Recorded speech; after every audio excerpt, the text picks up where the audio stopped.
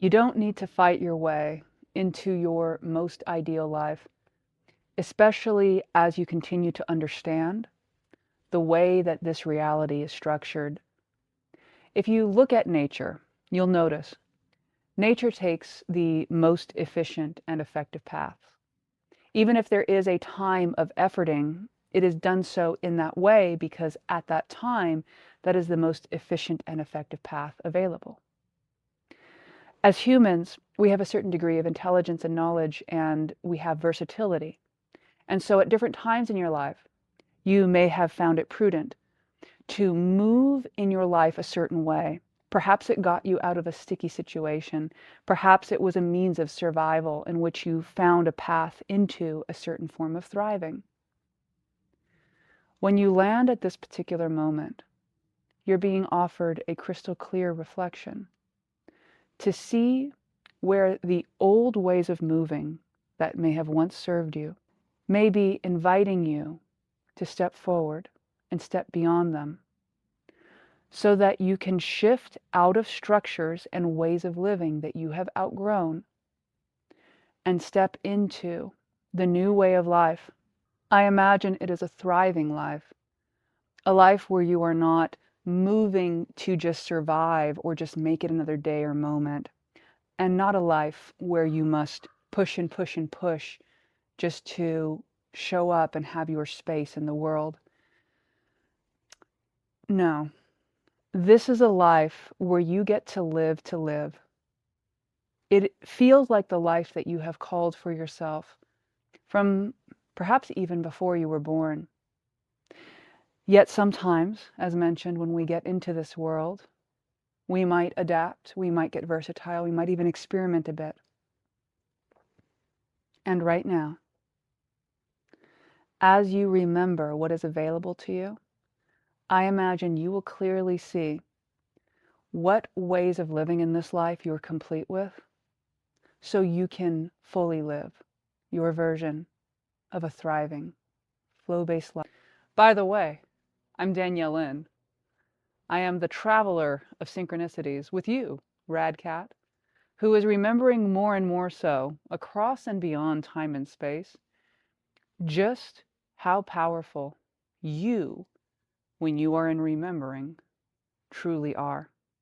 We're all decked out today on the deck with eyes, with llamas, with triangles. We have all the food groups. So you know we're going to dive into something truly perception opening. The sense that I get is that there is a structure that has been complete. You hear that, my friend? First thing I'll say to you, the raven calls. What's that mean for you? The raven's often thought to be a messenger between the worlds. It can be a harbinger of many different things. I would invite you to reflect and meditate a bit on the raven. Perhaps you already have been. Perhaps this is someone close to you. In any case, my first instinct here is just for you who are tuning in to listen in your own way to your inner call of the raven, and because it feels as though these messages are perhaps even ancestral driven, and they feel very, very specific to the person receiving it. So this is sort of like a check your cosmic inbox kind of message. What I would simply say to you is create some space for yourself in your life, a space of meditation or a space of contemplation where you walk in nature, where you sit with yourself. And when you create these spaces for yourself, you can tune inward. You can tune inward to your own body, your own field. And during those times, you can bring forward inquiries about anything you like. You have the opportunity to directly commune within yourself, within all your guides, within this beautiful world around us. This is simply a reminder and a reflection to you of the power you already have inherently within. And from that place, if you would like to receive messages specifically, you cultivate regular daily space. You can say to yourself, what is the message of the raven for me? And then you let it be. You listen. You be receptive. Like a walkie-talkie. If you remember those things, You would hold on to the button. When you're speaking, you hold on to the button, but in order to hear the other person on the other side, you let go of the button and you wait. You're receptive. There's a similar principle here, a similar quality to that. Now, along with that, I'll speak very clearly in that the old ways in this world are shifting. But I'm not just talking about the ways around us. I mean, the old ways in your world are shifting. Old ways of which maybe you found inspiration or passion. Perhaps you've even noticed a change in your creative system or what inspires you. And if you've been feeling flat, hey, you're in good company. A lot of times when we go through a process of shedding and of letting go, we're giving ourselves some space to actually tune into what is our authentic signal. It's kind of like quieting down all the noise of a party to see what remains when everything else has left, when everything else is clear, what is true to the core. And the dissolution process can feel very uncomfortable because you feel like things that you genuinely appreciate are shedding. They don't have to be bad things in order to go. They can simply be things that are no longer providing nourishment at a core level to your journey or your experience. An example that I've used before in this scenario is the one of the raft. You come to a river, there's a raft there, you go, perfect. You use the raft to go across the river. Well, when you're on the other side, you generally don't take the raft with you because it would be incredibly burdensome to carry that raft further along, especially if you're not certain if there's another body of water to cross. Generally, we're going to leave something that we are complete with at the place that it is. Otherwise, we're going to start noticing that we're carrying burdens. And we can do this as well with ways of being. You can do this energetically. You can do this with your shoulds. Ooh, catching those shoulds, the parts of you that say, I should do this, I should do that. If there was one thing that I would invite you to explore this week, it would be notice when and where you use the I should and then see what follows. Where does that should come from? I have found in my own life that it's resonant to replace the word should with I get to, I'm curious about, I wonder what would happen if. Because should is a subtle energy of force and generally implies a certain degree of obligation.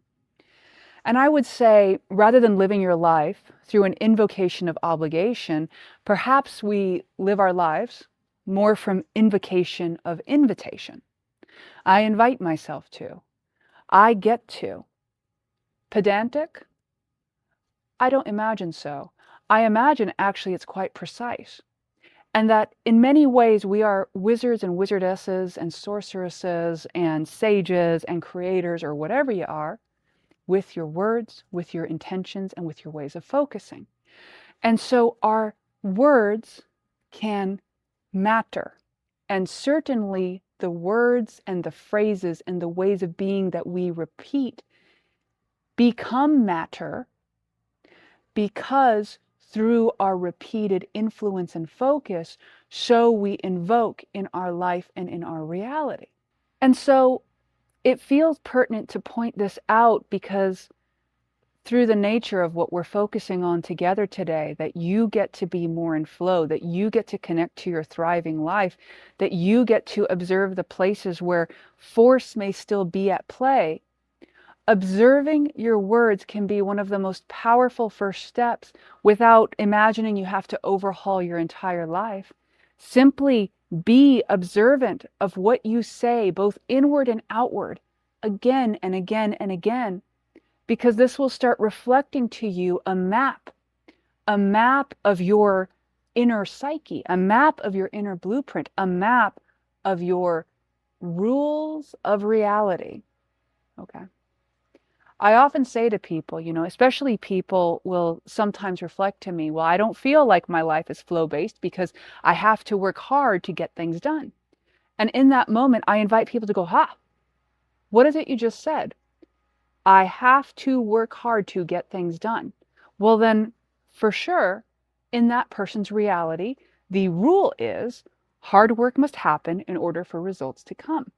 And so long as that is a basis and a fundamental rule in one's reality, so long one will find more and more and more evidence to support that. The thing is, in order to actually make the leap into flow from there, one might be willing to say something like, I wonder what happens when I don't imagine I must use hard work in order to be successful. I wonder what happens when my definition of hard work expands. I wonder if hard work might just be another word for moving effectively, and instead I can find new and more efficient and more effective ways that resonate with me to work, that actually connect me with the most thriving, the most valuable, the most inspired life that is possible for me right now. I wonder, I wonder. And the reason I invite us to use this wonder is because it is one of the ways in which you can shift a long-standing pattern or belief. And a lot of times beliefs, for example, that do have to do with what's possible in reality are inherited from our caregivers, from our parents, and not only through what they said, but also through what we observed them live out. And when there's a part of us that is protecting ourselves and feels that it must make sure, well, I got to make sure that you don't blow up your life, and I got to make sure that you're doing that hard work so everything's okay. What happens is then we start cultivating a life that is built and premised on the foundation of that hard work, or we must always push in order to survive. But the truth is, until we actually give ourselves permission to experience a version of reality in which that's not the case, until we give ourselves permission to see what else is possible, then we can only theorize from the sidelines of the life that we are occupying. And so therefore, in order to make a step into a new life, it requires a certain degree of sacrifice of knowing, or the way you have known, into the potential unknown. And this can trigger certain feelings of fear in yourself, or at the very least, unsteadiness, because now you're challenging a way that you have always known in order to potentially step into something that, well, you're just going to find out how it is. And this is why the mind sometimes both would like to have the experience of flow, but ironically, perhaps doesn't realize until the very last step that in order for you to experience the flow, the mind must then take the step to relinquish control of the situation in order for the flow to happen. Because the flow happens not because the mind is continuing to coordinate all the steps, but because the mind understands its resonant place in the structure and in the cycle, so that the greater experience of life can be expressed as you and through you. So how do you apply this into your life, especially if this has met you in a moment where a part of you understands this at a visceral level? My first invitation to you is to check where habits in your life may be leading the way, and where some of these habits might have become outdated because there are other opportunities and experiences for you to explore in your life. Understand that the things that the mind might get angry about often have to do with the mind not being able to conceptualize what happens after it lets go of control. And so sometimes that anger is a bid to remain in control out of attempting to, oh, let's say, stir up your system. And it may provide very logical ideas or reasons why it can't yet, or why you got to think another thought or wait for another moment. But all there ever is right now. The invitation you're being brought to is to not to try and think yourself into a new way of life, but to rather invite yourself to take a step in whatever way that is meaningful for you in each and every moment, to live the version of life that you hope to live at some other point. If you imagine yourself living a life in the future where you have more space, where you have more breathing room, where you can really tune in, bring that to your world now. If there's parts of you that say, well, we can't do it for this reason, instead of buying into or arguing for a reality that you don't want anymore or that you're not alive with, accept the place that you are in deeply. Deeply accept it. The unacceptance of it is what keeps us in the same place. So in all the ways that are true for you, accept where you are at, not from a place of judgment or defeat, but because you understand on some level that the fundamental principle and nature in this reality is energetic and vibration. And if you would like to experience a different energy and vibration take shape and materialize around you and within you, one of the first steps is to stop being in resistance to whatever's going on in your life, no matter how seemingly challenging it is or has been or chronic it has been. It doesn't matter. Not from the place of what you are about to call in next. It only matters so much with respect to your own experience.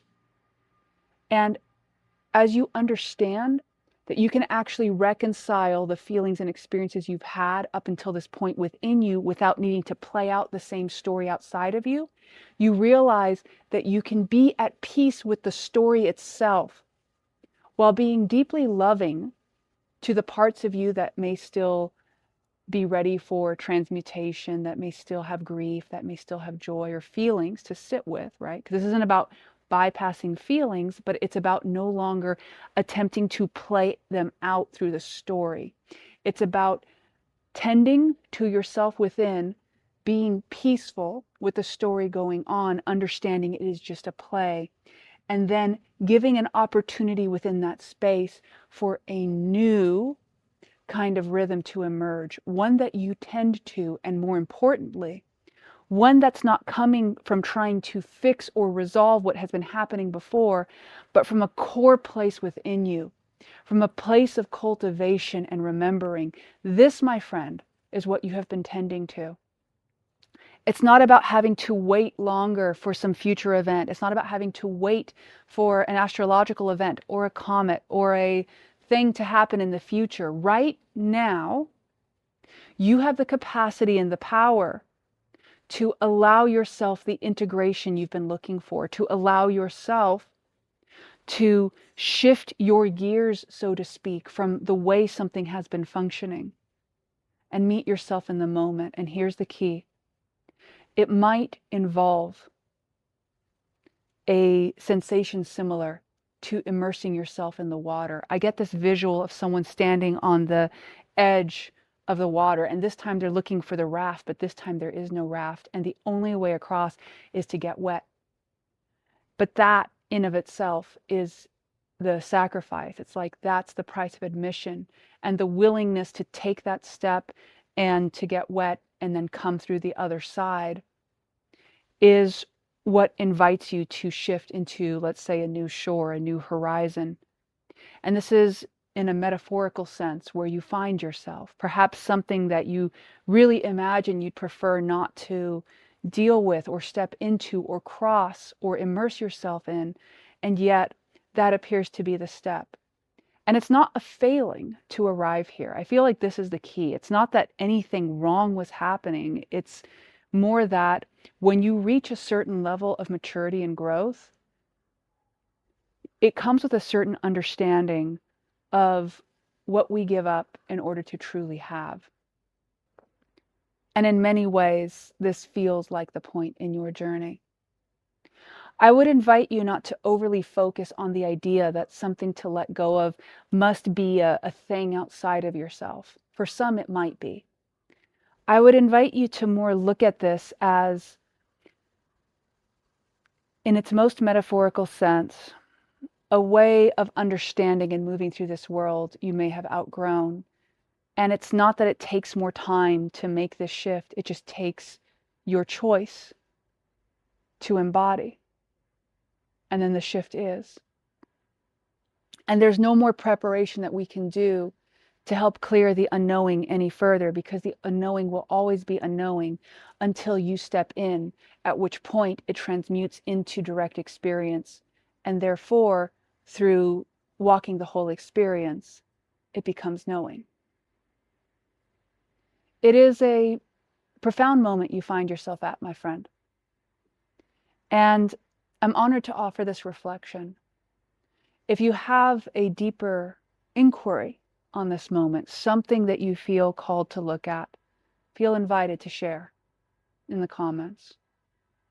I will observe and reflect where it is resonant. So something that I've also felt very inspired to coordinate is a weekly time of coming together, focusing and amplifying as a group.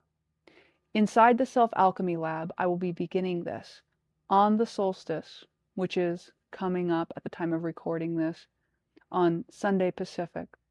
It is my intention to continue to host roughly 15 to 20-minute focus sessions every Sunday following that for all those who join. Consider it part meditation, part intention. I imagine it will be deeply powerful, a way to focus and anchor in your energy at the beginning of the week, and a way for us as a group to focus together with others who are intentionally focusing, therefore amplifying our choice to focus with others who are moving in this way.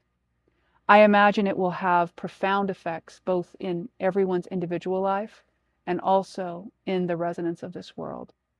If you feel inspired to join, I invite you to check out the Self-Alchemy link to start. I also remind you to be on the newsletter for the flow book, because if I decide to expand these amplification groups, I will be placing a notice through that message as well. In all cases, my friend, it has been such an honor to explore with you today. I'm imagining you are that much more clear on where you find yourself now in the path and the steps you might take. May the message you get from the Raven be resonant, and I'm looking forward to our next connection.